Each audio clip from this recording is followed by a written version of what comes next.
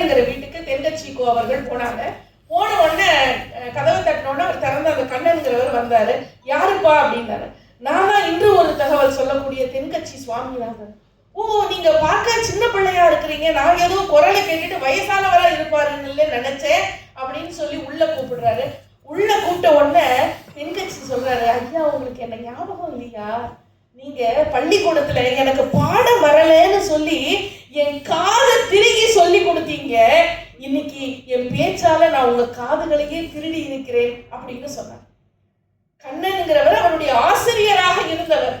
தன்னுடைய ஆசிரியரை சந்திக்கக்கூடிய ஒரு மிகப்பெரிய வாய்ப்பு, ஒரு ரசிகரா மாறி போனார் அப்படின்னு சொன்னா, அப்போ இந்த சமூகத்துல ஒரு மனிதனை ஒரு சூழ்நிலை எப்படி அடையாளம் காட்டுகிறது என்பது மிக முக்கியமான ஒன்று. இன்னைக்கு இருக்கிற இளைஞர்கள் பிராட் மைண்டட், சர்வீஸ் மைண்டட் என்று சொல்லக்கூடிய இளைஞர்களும் இன்னைக்கு இருக்கிறாங்க. 2016 வெள்ளம் வந்தது. யூனுஸ்ங்கிற ஒரு இளைஞர் ஒரு கர்ப்பிணி பெண்ணை காப்பாத்தினாங்க இந்த வெள்ளத்துல இருந்து. ஒன்னு அந்த கர்ப்பிணி பெண் தனக்கு பிறந்த குழந்தைக்கு யூனுஸ்னே பேர் வச்சாங்க. இப்படிப்பட்ட சம்பவங்களும் இந்த மண்ணில் நடந்திருக்கு. அதனால இளைஞர்கள் தங்களை ஒரு பக்கம் மிக திறமையானவர்களாக சேவை நோக்கோடையும் இருக்காங்க, ஒரு பக்கம் தன்னுடைய வாழ்க்கை போராட்ட களமாகவும் அவங்களுக்கு இருக்கு. இன்னொரு ஒரு விஷயத்தை உங்களுக்கு பதிவு செய்யணும். உங்களுக்கெல்லாம் நம்மெல்லாம் வேலை செய்யறோம், அக்காவுக்கோ தங்கச்சிக்கோ கல்யாணம் அப்படின்னு சொன்னா அதை சொல்லி 10 நாள் லீவு போடுவோம். 10 நாள் லீவு என்ஜாய் பண்ணுவோம். வீக்கெண்ட் வந்ததுன்னா சனி ஞாயிறு லீவு அப்படின்னு அந்த லீவை என்ஜாய் பண்ணணும்னு நினைப்போம். இப்படிதான் நம்ம இயல்பான அத்தனை பேருக்கும் இருக்கக்கூடிய உணர்வு இது. ஆனா ஒரு சிறந்த நடிகர், அவருக்கு கல்யாணம் திருப்பதியில ஆச்சு. 50 பேர் தான் அவருடைய கல்யாணத்துக்கு வந்திருந்தாங்க. கல்யாணம் முடிச்ச கையோட சென்னையில ஸ்டூடியோக்கு வந்து உட்காந்துட்டாரு படப்பிடிப்புக்கு. அசிஸ்டன்ட் டைரக்டர் அசோசியேட்லாம் அவங்க நினைக்கல வந்து உடனே உட்காருவாரு. போன் போட்டு சொல்றாங்க டைரக்டருக்கு, இவர் வந்துட்டாங்க.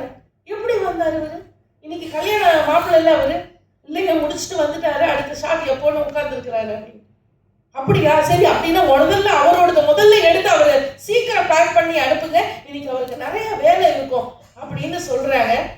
அந்த நடிகர் தன்னுடைய நேரத்துல ஒரு துளிய கூட வீணாக்காம வாழ்க்கையில வெற்றி பெறணும்னு நடிச்ச அந்த நடிகர் யார் தெரியுமா? உங்களுக்கு எல்லாம் பிடிச்ச சூப்பர் ஸ்டார் ரஜினிகாந்த் தான் அந்த நடிகர். யாருமே இங்கு சாதாரணமா வந்துடல, போராடி தான் வந்திருக்காங்க. ஒரு சின்ன கதை உங்களுக்கு ரொம்ப அழகா முன்னாடி வந்து வவா செல்வதுரை அருமையான கதைகள், அவருடைய ரசிகை அப்படின்னு சொல்லலாம், அவ்வளோ கதைகள் நல்லா இருக்கும். கரிமூட்டம் பாண்டின்னு ஒருத்தர். கரிமூட்டம் அப்படிங்கிறது என்னன்னா, கறி அந்த விறகெல்லாம் எரிச்சு அந்த கறியை கொண்டு போய் விற்பாங்க. அந்த வேலையை அவர் செய்யறதுனால அவர் பேர் பாண்டி. அவரை கரிமூட்டம் பாண்டின்னு எல்லாரும் ஊர்ல கூப்பிடுவாங்க. மளிகை கடையே கரிமூட்டம் இருக்காரா, கரிமூட்டம் வந்துட்டாரா அப்படின்னு சொல்லுவாங்க. அது அவருக்கு ஒரு பொண்ணு, சுமித்ரான ஒரு பொண்ணு. ரொம்ப கஷ்டமா இருக்கும். என்ன எப்ப பார்த்தாலும் அப்பாவை இப்படி பேசுறது அந்த பெண்ணுக்கு பிடிக்காது. அந்த பெண்ணுக்கு பிடிக்கலங்கிறதுக்காகவே அங்க இருக்கிற மளிகை கடைக்காரர் என்ன பண்ணுவாரு, எங்க கரிமூட்டை இருக்கானா, வீட்டுல கரிமூட்டை இருக்கானா அப்படின்னு இந்த பொண்ணு போய் கடைக்கு போகும்போதெல்லாம் அதை கேட்பாரு. அந்த பொண்ணுக்கு அது ரொம்பவே வருத்தமா இருக்கும். அந்த பொண்ணு கஷ்டப்பட்டு படிச்சா, பல எக்ஸாம்ஸ் எழுதினா, ஒரு படியிலையும் வெற்றி பெற்று ஒரு நாள் அந்த வீட்டு வாசல்ல ஜீப் வந்து நின்றுச்சு. போலீஸ் ஜீப்ல இருந்து இறங்கினா, ஒரு டிஎஸ்பியா அந்த பொண்ணு இறங்கினா. அப்பா கூப்பிட்டு சொன்னா, அப்பா பின்னால் அப்படி கம்பீரமா வந்து நின்னாரு. அப்பா கூப்பிட்டு சொன்னா, அப்பா அந்த தாத்தாவை பழி வாங்கிடலாமா, இன்னொரு தடவை எங்க அப்பாவை கரிமூட்டம் பாண்டின்னு சொல்லி பாருங்க, ஜெயில உள்ள லாக்கப் போட்டுருவேன் அப்படின்னு சொன்ன உடனே அந்த மளிகை கடைக்காரர் சொன்னாரா, அம்மா நீ படிச்சு இவ்வளவு பெரிய ஆளா வருவேன்னு தெரியாதுமா, இவ்வளவு பெரிய பதவிக்கு வருவேன்னு தெரியாதுமா, நான் தெரிஞ்சிருந்தா நான் சொல்லியிருக்க மாட்டேன், இனிமே நான் உங்க அப்பாவை அப்படி கூப்பிடவே மாட்டேன், பாண்டின்னு தான் கூப்பிடுவேன் அப்படின்னு சொன்னார்னா, நாம் படித்த படிப்பு தான் நம்முடைய தலைமுறையை மாற்றக்கூடிய அளவிற்கு ஒருவரை உருவாக்குகிறது. நான் படிப்பு எவ்வளவு முக்கியம். எல்லா நேரத்திலும் நமக்கு கோபம் வரும். சில பேர் செய்கிற செயல் நமக்கு கோபம் வரும். ஆனா நம்ம கோபத்துல என்ன நினைப்போம், கோபத்தை வெளிப்படுத்திடுவோம். எங்க வெளிப்படுத்துவோம் தெரியுமா? நம்ம கோபம் எங்க செல்லுபடி ஆகுமோ அங்கதான் வெளிப்படுத்துவோம். உங்களுக்கு கோபம் வருதுங்க, உங்க கோபத்தை கொண்டு போய் நேரா மேல பிரின்சிபல்கிட்டயோ சேர்மன் கிட்டயோ நம்ம காமிக்க மாட்டோம், நேரா ஸ்டூடெண்ட்ஸ் கிட்ட தான் காமிப்போம். வீட்டுல கோபம் வருதுன்னு வைங்களேன், பெரியவங்க வீட்டுல பெரியவங்க கிட்ட காமிக்க மாட்டோம், சின்னது எது இருக்கோ அது கிட்ட தான் நம்ம காமிப்போம். அதனால உயர்ந்த குணம் கிடையாது. ஒரு ஐஜிக்கு கோபம் வருதுன்னு வைங்களேன், இந்த ஐஜி கோபத்தை எஸ்பி கிட்ட காமிப்பாரு. எஸ்பிக்கு கோபம் வருதுன்னு வைங்களேன், இன்ஸ்பெக்டர் கூப்பிட்டு என்னையா வேலை பண்ற அப்படின்னு கேட்பாரு. இன்ஸ்பெக்டருக்கும் கோபம் வரும். இன்ஸ்பெக்டர் என்ன தெரியுமா பண்ணுவாரு, சப் இன்ஸ்பெக்டர் கூப்பிட்டு கேட்பாரு என்னையா வேலை பார்க்குற அப்படின்னு. சப் இன்ஸ்பெக்டருக்கும் கோபம் வரும். அவர் கான்ஸ்டபிளை கூப்பிட்டு கேட்பாரு என்னடா என்னடா பண்ற அப்படின்பாரு. கான்ஸ்டபிளுக்கும் கோபம் வரும். ரோட்ல பழவண்டிக்காரர் பழந்தள்ளி பாவமா போயிட்டு இருப்பாரு, போடா போட அப்படின்னு 2 தட்டு தட்டுவாரு. பழவண்டிக்காரருக்கும் கோபம் வரும். நேரா வீட்டுக்கு போவான், பொண்டாட்டிய பார்ப்பான், என்ன மூஞ்சி இது, என்ன சோறு சமைச்சிருக்கிறது அப்படின்னு சொல்லி பொண்டாட்டிய 4 திட்டுவான். பொண்டாட்டிக்கும் கோபம் வரும். அவ கோபத்தை எங்க போய் காமிப்பா, பிள்ளைகிட்ட வந்து காமிப்பா, அப்பட மாதிரியே வந்து தொலைச்சிருக்கு பாரு அப்படின்னு சொல்லுவான். பிள்ளைக்கு கோபம் வரும். தொட்டில ஒரு குழந்தை தூக்கிட்டு இருக்கும், அதை கிள்ளி விட்டுட்டு ஓடி போயிடுவான். கோபம் எப்பொழுதுமே உயர்ந்த குணம் அல்ல, தாழ்ந்த குணம். நீங்க சொல்றீங்க அப்பப்போ நான் கோபத்துல இதை தூக்கி எரிஞ்சிட்டேன் அதை தூக்கி எரிஞ்சிட்டேன் அப்படின்னு சொல்றோம். கோபத்தை தூக்கி எரிஞ்சு பாருங்க, வாழ்க்கை நல்லா இருக்கும். அப்போ இன்னைக்கு வாழ்க்கையில நம்ம சொல்லக்கூடிய எதிக்ஸ் சில நேரங்கள்ல மாறி போயிடுது சூழ்நிலைகளால. அதுதான் நம்ம வாழ்க்கைய பூந்தோட்டமா போராட்டமா அப்படின்னு முடிவு செய்யுது.